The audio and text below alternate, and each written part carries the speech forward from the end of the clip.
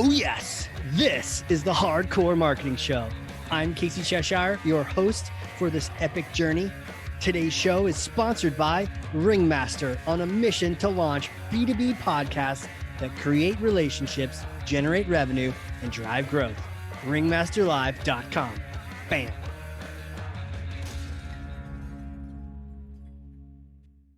All right, we are doing this thing. We're having a great conversation.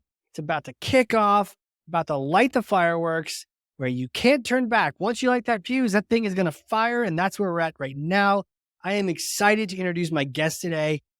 If you were listening on the other podcast, we had a great conversation about podcasting over there because he is a fellow podcaster, a serial entrepreneur, a marketer, and investor, host of the 10 Years in the Making podcast, CEO and founder of retention.com. Adam Robinson, welcome to the show, sir. Well, thank you. I'm happy to be here. Hey, and we were just talking. I feel like we've been on like 1,000 different podcasts together. So I'm excited to roll up these non-existent sleeves on the short sleeve shirt and get down to some marketing strategy on this call, right? We're talking marketing strategy, and I'm going to shut up, but I need to pass you this thing. It's pretty heavy, but I can tell you work out. Okay. Go ahead, grab that. Thor's hammer. Boom. Whoa, ladies and gentlemen, Adam just grabbed Thor's hammer with 2 fingers and a thumb. That is evolution right there. Yeah. He just literally, Thor, move aside. Adam Robinson is here. Adam, take Thor's hammer, smash for me some kind of marketing myth, bogus strategy, misconception, set the record straight once and for all. Here's one I like to talk about. Yeah. I have been in the world of email for the past 11 years entirely. There is a gut feeling in email marketing, specifically on the consumer side. Yeah.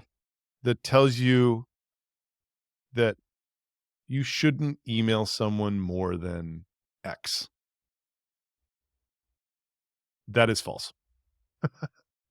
Really? That gut feeling saying, don't spam them. Yeah. Well, you're Tell not. the So shout-out. I want to qualify that with like a bunch of, sort of asterisks. But if it's a true false, can you over email? The answer is false, in my opinion. Really? And I want to qualify that. But yes. I think it's just a false belief.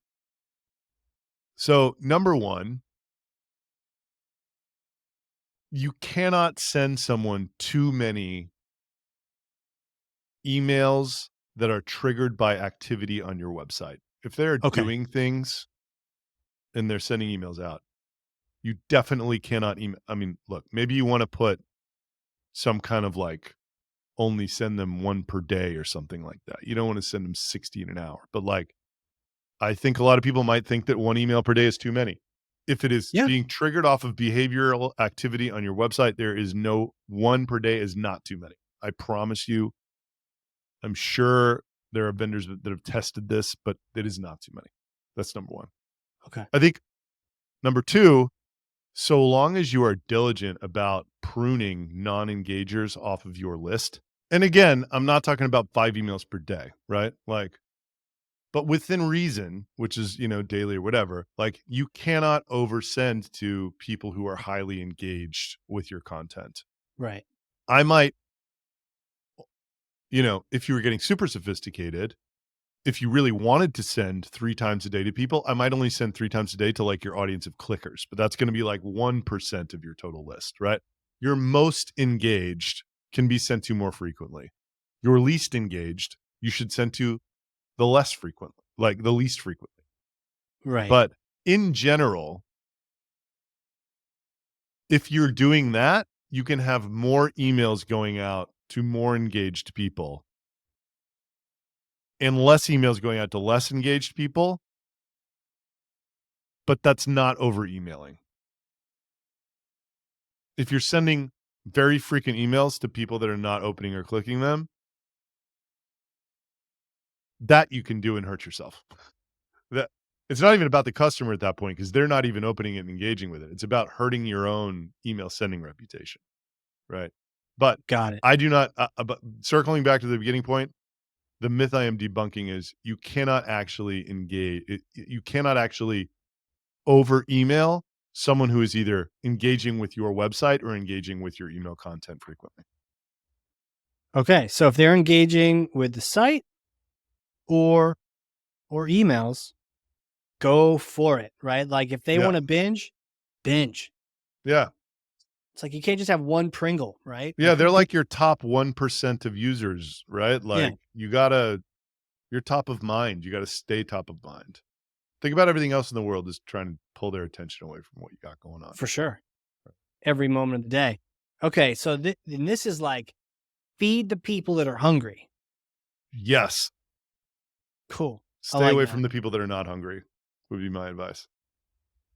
Right. Um, I mean, so let's talk about indicators. I know we were hinting at it a little bit with pruning your email list. What tells you they're hungry? Yeah. Activity like opens in the past 30 days, clicks Okay. in the past 30 days, things like this. And the metrics vary per business, but like a pretty good indicator of your active list, and this goes for B2B too, would be people who have engaged with the content in the last 30 days, either on your website or in an email. Let's talk a little bit more about pruning because I think a lot of people, I know I used to feel like this too. You feel like every email address you collected is like a piece of gold in a dragon's lair. Like you're amassing treasure, So the Yep. idea of getting rid of these people, pruning them off, unsubscribing them because they're not engaging with you feels kind of sad, Yeah. but you got to do it. If you want to, so what we're talking about now is a conversation about deliverability. Deliverability is the art and science of landing in the inbox. Deliverability is a virtuous and vicious cycle, both. The better your deliverability is, the better your deliverability will be tomorrow. The worse it is today, the worse it will be tomorrow. It's hard to stay steady. The way that you improve your deliverability is more engagement, more positive engagement, and less negative engagement per email sent, per 1,000 emails sent. However you want to think about that. A highly positive engaged list will, and with low negative engagement, will do much better today and in the future than low positive engagement, high negative engagement, or just very little engagement at all. Low open rates beget lower open rates. High open rates beget higher open rates, if that makes sense. It does make sense. And So, how do you solve that? You just right. I was just going to ask you that. Yeah. take away the people that aren't opening your shit. That's how. It's very simple. You can decide when that is 90, 180, 360 days. But like if someone has stopped opening your email, you need to stop sending them regular email. And this is a good myth to smash too, because I think a lot of people might think, okay, they didn't respond to the last one, but this next one, next time, I'll get them to Yeah. something. I don't know. I don't have the stats off the top of my head anymore, but like when I owned a newsletter, SaaS, like that was my first company. Like all we did Yeah. was send bulk email for people. The probability that someone will open an email that has not opened it in 6 months or whatever is Yeah. almost zero. Well, it's not zero, it is almost zero. Because you know what happened? You're in their spam folder. Right. They're Like never that's going to what see you. happened. Right, yeah, so like you're sending to them and then Gmail's like, "Oh, well, like half of this guy's email is going into spam folders, so I'm gonna make more go into spam folders." If you delete all those people that are not opening your email, then almost no one's going into a spam folder because you deleted Right. everyone who wasn't opening it. So Right. then Gmail's like, man, like almost none of this guy's email is going into spam folders. I'm going to make more go into the inbox rather than promotions folder. That's kind of how the whole thing works, except they use AI and like blah, blah, blah, blah, blah. But like harping onto like you got a solid, the D2C background and all this, the idea of like Royal Caribbean sends me emails all the time about cruises. And I normally would unsubscribe from people, but I know that at some point I'm going to book one. Now they don't go in my spam box though. They're going into my main inbox, but I'm not. But you're probably opening and scrolling on some of them. Some of them, Yeah, yeah, exactly. So, like, yeah, that's not spam. If you're opening right, and scrolling and knowing that, you know what I mean? Like, what yeah, spam is spam. The definition of spam would be unsolicited bulk email. That's right, Spam House's definition of it. What Gmail thinks spam is something that is not relevant to you, something that you don't want, right? How does it know what you want? The same way it knows what, you know, makes a good web page given a search query, right? It's like time on page. right. Man, that's like a mic drop moment right there. The Well, fact it's look, like, I've been oh yeah, doing the, this a the while. textbook definition of spam is this and this, this. Yeah, Yeah, but who cares what you think? What yeah, what we really care about is what Gmail thinks. And to your yeah, point, Gmail sees you not utilizing that, so it's going to have a broader definition of spam to protect you, and so you keep using their app. yeah. And Gmail's Yeah, pretty good. Like, if you look in yeah, your they are spam good. folder, like, Yeah. you're not interested in that much of it. And real spam doesn't even make it into the spam folder at Gmail. Oh, 100%, right? Like real spam. Actual real Yeah. spam doesn't go in there. Yeah. Doesn't go in the main box for sure. Yep. Makes me want to pull up in my spam box and see if there's any Yeah. unwitting Good victims that have stuff fallen there. into this thing. Yeah, look at people who think they're sending me marketing emails. Nope, not coming through. Dear Casey, I hope this email finds you well. Sorry, Sophie, didn't come through. Went Yeah. in my spam box. Damn. Okay, so you got to be kind of disciplined about this, huh? You have to be a little bit angry and aggressive with that email sending to prune these people out if you want to turn that vicious cycle into a positive one. Mhm. That I mean, yeah, sounds hard. that's like that's the struggle of every company like Salesforce Marketing Cloud, Klaviyo, Active Campaign, whoever, right? Like Sure. what Pardo, like they need you to, on your own volition, delete emails who are not engaging. It's kind of bad for them because they pay because the brand pays you less or the business Yeah, pays you you less, pay per contact. but Yep. like it's way better in the long run because it's a healthier sending ecosystem. You know, yeah, that's how it all works. It's a hard problem, you know, but you just have to do. Just have to do it, and the benefits are going to outweigh. And yeah, you said, are we? I mean, I guess you could unsubscribe them and hope that one day they'll show proof of life on your Like what website. we And would say is like, if you really want to be disciplined after 90 or 180 days, put them in an unengaged list, mail them once a month. If they don't engage then after a year, tick them off, a year and a half, whatever. Because then there's this danger zone it crosses into where an inbox that's unused for a year turns into a spam trap or a honeypot. And if you start hitting yeah. a lot of those, then you're really fucked. All right. Well, I'm in. I- There you I- go. I- Yeah. Trim your list. now, Set up once we've list trimmed it, cleansing though, rules. back to your point, once we've trimmed it, go to town responding I to would say engagement. have a tiered approach. Have some people that you're going to town on, which are your most highly engaged people. Yep. Go to town on behaviorally driven emails, and then be reasonable about everybody else. You know, And what's reasonable? it just depends on how. I would say Yeah. you can email your 30-day. It does depends on business, but I think you can email your 30-day openers every day if you want. Okay. Yeah, but like, don't email people every day who haven't opened in 6 months. That's stupid. You're gonna hurt yourself. Where does a value fit into this? Where does like an email that actually is good for them? It is that a component, or is that really like a secondary thought after all of this is considered? Like, if you had something crazy to send in our market, it's Black Friday. Black Yeah. Friday, people just send the promotion to the whole list, right? Because it's the Yeah. best thing that happens all year. Just is Yeah. what it is. You know, you don't have a Black Friday level value as a merchant every day. So I Right. just think about it that way. It's like if there's something insane that you're like, this is the most valuable email I'll ever send it to your whole list, you know? But like no one's putting that type of value out every day, or no one would ever not engage with their list every day, right? It's very, you know what I mean? Like it's Yeah. just the nature of the beast. I definitely got the idea from you that I want to send an email saying, this is the most valuable email I'll ever send. Yeah. It'll be Try downhill it. after this. See what Right. happens. Then Yeah. you have to like fulfill that promise though, right? If like Yeah. they open it and it's like, check out my new website, Right. then Yeah. Exactly.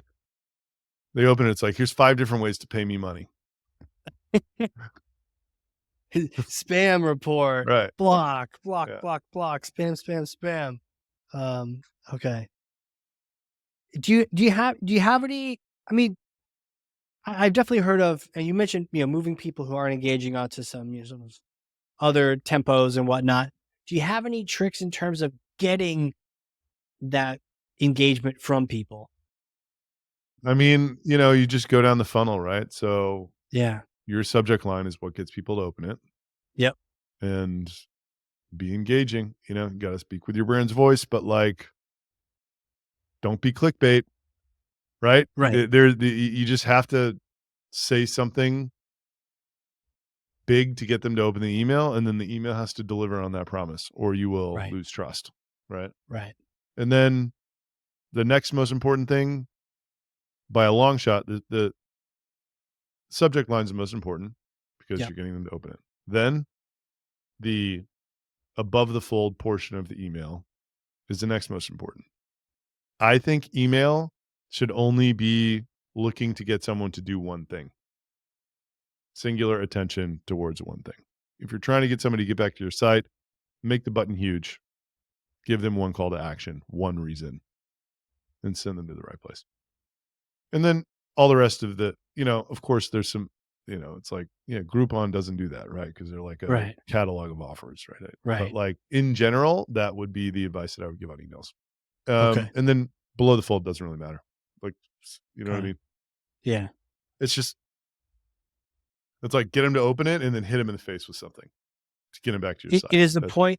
So once they've opened it and top of the fold, are we clicking through? Is that I mean, if that's sending what a you want to do, if you're sending somebody a long form newsletter, then it's the same rules as you know, writing web copy or whatever. You just got to right? get someone to keep reading. Yeah. Keep reading. Got it. Think of it as a funnel. That's cool that you're Yeah. sort of presenting it that way. Um, do you what do you see changing? Like talk to me about the future. Do you see the behaviors shifting? Sounds like we have to shift as marketers, but then do you see the consumer behavior shifting? Do you see the recipients? Are they acting differently than they did when you're sending out old newsletters? I love this saying that the E in email means employed. Yeah. So, yes, there is always going to be the next means for someone to communicate. It's like for people to communicate with each other. There's always a new TikTok. There's always something else. Email has a role. Like, I think people would have been shocked in 2020, 2012 if you were to say, and look, I'm in e-commerce. We sell to e-commerce vendors, right? Like the number one channel, like email is 25 to 35% of people's revenue, like 20 on the low end. Hmm. That's baffling that that's still the case, Yeah. given how Still, little right? people feel like they use email these days. Like, I don't know. Um, so, so yeah, uh, email used to do 1,000 things. Now it probably does 100 things or whatever. Like it'll keep narrowing, but it'll do what it does really well. Yeah. You know, And not to be dissuaded by the shiny factors that are flying around, the new tech and new social platforms. It's like it's a steady yeah, do it right, and you see it add a real significant to your bottom it's line. it's an owned audience as well, right? Which, like, even if Right. it performs, worse and worse, you own it. It's yours. You don't have to pay Mark Zuckerberg a tax just to Yeah, access your own list. yeah. Your list. Huh. Real quick question. Do you listen to podcasts? Do you read books? Where do you like to get your information from? What kind of things do you like to absorb? Anything you're absorbing right now that we should take a look at? So I occasionally listen to podcasts. I have been a little bit more recently. You know, the big guy, Joe Rogan, Lex Friedman, they Yeah, I interview like Lex. kind of interesting guests. I just listened to Mark Andreessen on Yep. Lex I Friedman, started and that one. I thought it was great. He has a positive view of AI, which is nice because everybody else is like, it's gonna kill us all, you know. Right. End of the Um, world. yeah. Um, so yeah, and then people often ask me um what they should read if they're starting a software business. I always Mm, recommend a book called Four Steps to the Epiphany by Steve Blank yeah. and the Y Combinator blog. Those are my two favorites. There's a ton of Okay. information there. Um, so yeah, What was your biggest takeaway from the Epiphany book? Because I'm pretty sure I have it, but I'm pretty sure I haven't gotten beyond like 4 pages. it's very dense, it reads like a textbook. Yeah. It's not story based like most business books. Kind of is actually. It starts off with a story. Um, but it reads like a textbook. So the main takeaway, in my opinion, of that book is that you have this so like if you were to put it in the old way, new way terms, the old way is you build a product, you have a launch party, and you expect everyone to sign up for your product and use it, right? Like, Got it. so you're building and you're not really, product come first, then you go find customers. In Got his it. process, you're literally developing your market as you're building the product. And you have this product hypothesis, which you're building towards, and you are making sure people will pay for those features before Mm, they even start getting built, which is very different. And if you find that people aren't willing to pay for those features, you stop and start over again with a different hypothesis rather than right. building the features they tell you you want. It's like, so he calls it customer development, but like, I think a lot of successful startups are started that way, even if the founder didn't realize it. Sure. Like, they'll start as a salesperson for a given organization. They'll find an underserved part of that platform, and they'll be like, "Well, would you pay me 20,000 a month if I built this for you?" You know? Um, And they're like, yeah, I would. Okay. yeah. Sweet. So, that kind of gets me curious. Like, who are you? Who are you? We've talked on a couple pods. Like, take me back in time, like little Adam days. Did you know you're going to be reading the Epiphany book, being an entrepreneur, creating apps and building things all around you when you're a little guy? What did you want to be? A little guy? I'm not sure. In No. college, I wanted to be an entrepreneur in but then I went to Wall Street and I worked at Lehman Brothers as a credit default swap trader for 10 years. Through the crisis, went to Barclays after, quit a couple of years after that. And then my roommates in New York in my first apartment started Vimeo, the video sharing website, in the Wow. apartment that I was living in. So I watched that whole thing happen and I really was seduced by uh, what I perceived to be them getting much more out of their days than I was simply sitting there trying to extract as much money as possible out of the machine. Yeah. So God. yeah. So you saw that contrast. That's crazy. So like you were sort of like, getting a chance to watch it happen for real, the startup adventure, and Yeah, that for you sure. kind of catch the bug from that. But it wasn't until banking things. What happened? Did you go leap to go do something, or was it like the market was imploding because financials were crazy?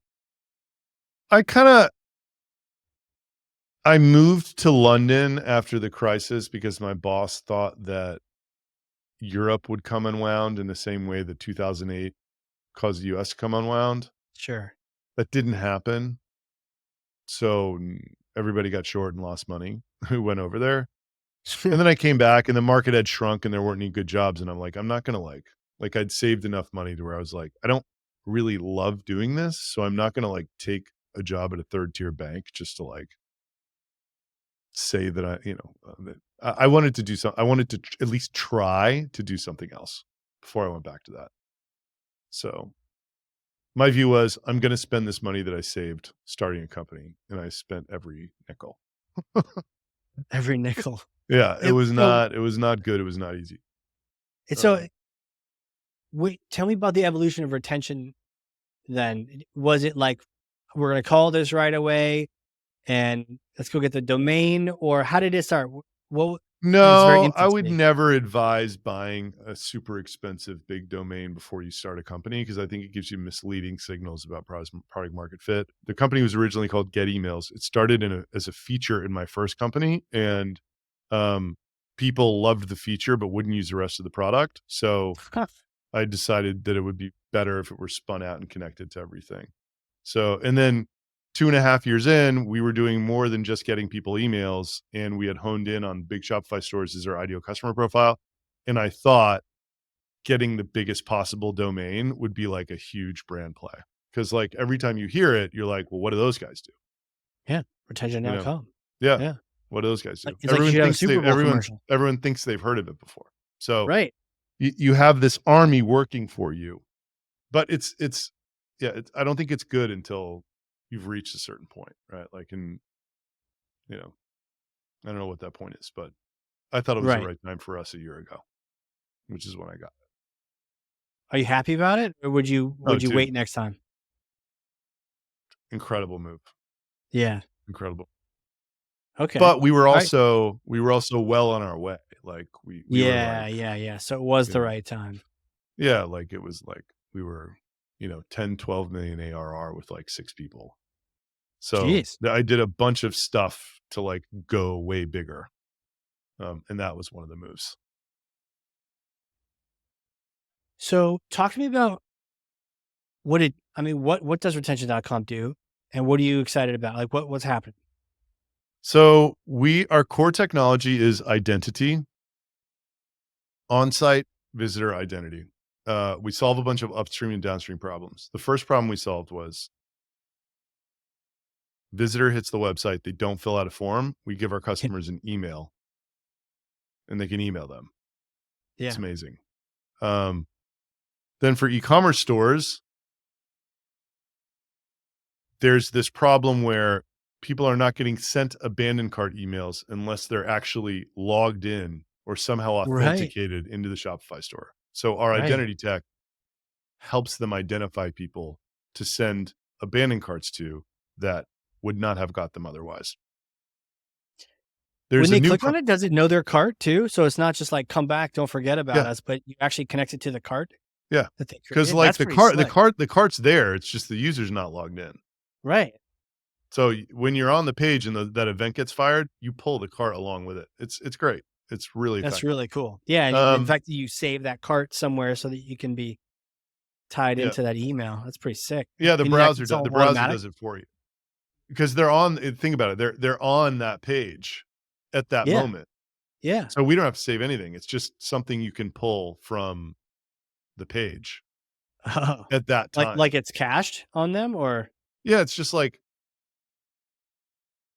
they're on the Shopify site. When they have gotcha, something gotcha. in their cart and they're not logged in and they leave and we can identify that person, at the last second, we grab the cart and send the event over to Klaviyo. Sick. I could see Yeah. how you would easily have a ton of ARR from that because that seems like a no-brainer feature that every shopping cart on the planet should have. Yes. I mean, it's a great product for sure. Jeez. Okay. I like it. And whether it's the form. Now, what do you say about is there potential, shifting over more to the B2B side? Someone comes to your site, they don't fill out a form. Some would say, well, they're not a good fit because something something, so don't chase them. But what have you seen in your experience if you do end up having their email and you do chase Yeah. them? And, So like we're exploring the B2B use case now. There sure, is several ways you could do it. One, so like number one, these are all consumer emails. So you would have to ping it against a B2B database and get a LinkedIn URL or a business email. got it. Then the reason that I have never been excited about B2B is because the time to value is super long, True. right? Versus a shopping And cart, you know right yeah, away that yeah. you just made some money. So a way to shorten the time to value is if you hit their CRM with as if it was like a lead scoring mechanism based upon website activity. So you're like, this person was literally on your pricing page yesterday. Call them, right? So that's Right. something where you could very easily imagine that would be very valuable for people. We haven't gotten around to it yet, but like I think it's possible. Got it. Okay. Well, my next question is a bit of a hypothetical question, if you're ready Yeah, for this. Because see, I may or may not have a time machine up here in New Hampshire, right? So you come yeah. visit, we get some beer, get some All right. lobster, we go use the time machine, Now Yeah. it's a particular kind of time machine though, because it goes back in time and you actually get to see yourself 4 days after graduating from college. You Yeah. get to have a conversation with yourself. What would you tell yourself? Don't go to Wall Street. Go into the internet. Nice, nice. Skip it all Start. together. Yeah, like this is just a better. It's hard to say because I like made a lot of money, which allowed me to like bootstrap my companies, but Right. this is just so much better of a life, in my opinion, for me. But I don't. That's what I gun to my head. You're gonna die in 1 second. That's the first thing that comes to mind. Do you say short Lehman Brothers too?